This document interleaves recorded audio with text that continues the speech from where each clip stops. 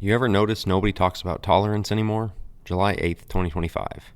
Everybody who's played a down of backyard football knows the value of a good pump fake. Look one way, wind up like you're going to throw the ball there, get the defender to take the bait, and then throw the ball to your now wide open teammate.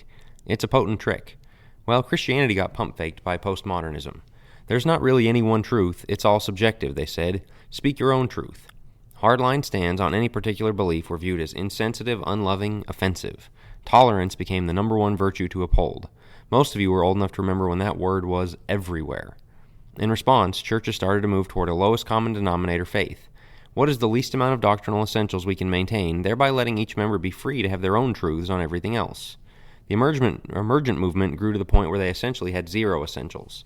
Others didn't go quite so far, but opted for a gospel-centered movement that, on the surface, sounds reasonable. But they then defined the gospel as having to do almost solely with salvation. The reign of Christ over all of life was lost in the process. We decided not to meet the culture's dogmas with the scriptural truths that can combat them. How you want to live your life and run your house was up to you, outside of a couple of basic Christian principles. Now look around you. Is anybody actually a postmodernist anymore? Cancel culture showed us the world is every bit as dogmatic as the most religious people you know. They have definitive rights and wrongs, inarguable sins and good deeds. They aren't letting everybody have their own truth. No, they're deeply religious, advocating for their deeply held convictions. Whatever happened to tolerance?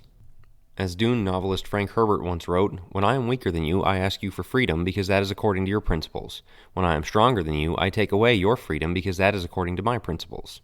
They didn't want tolerance. They didn't believe in everyone's truth. They just wanted to win. Postmodernism was just a short-lived trick, a pump fake, and like a rookie defender, we took the bait. This is not a level playing field in which everybody can bring their own truths. It's a battlefield with two competing truths, God's and man's.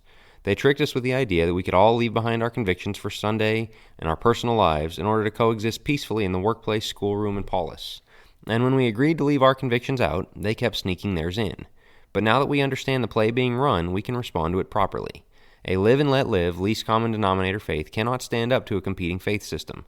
We have to have a robust, complete system of faith of our own. And fortunately, the Bible gives us just that. So let's teach it, and let's stop worrying about who might leave if they're offended by clear scriptural teaching. They aren't allowed to have their own truth. None of us are. Postmodernism was a joke, and it's time we let it die. Thanks for listening. Be sure you are subscribed at jackwilkie.com to the free email list.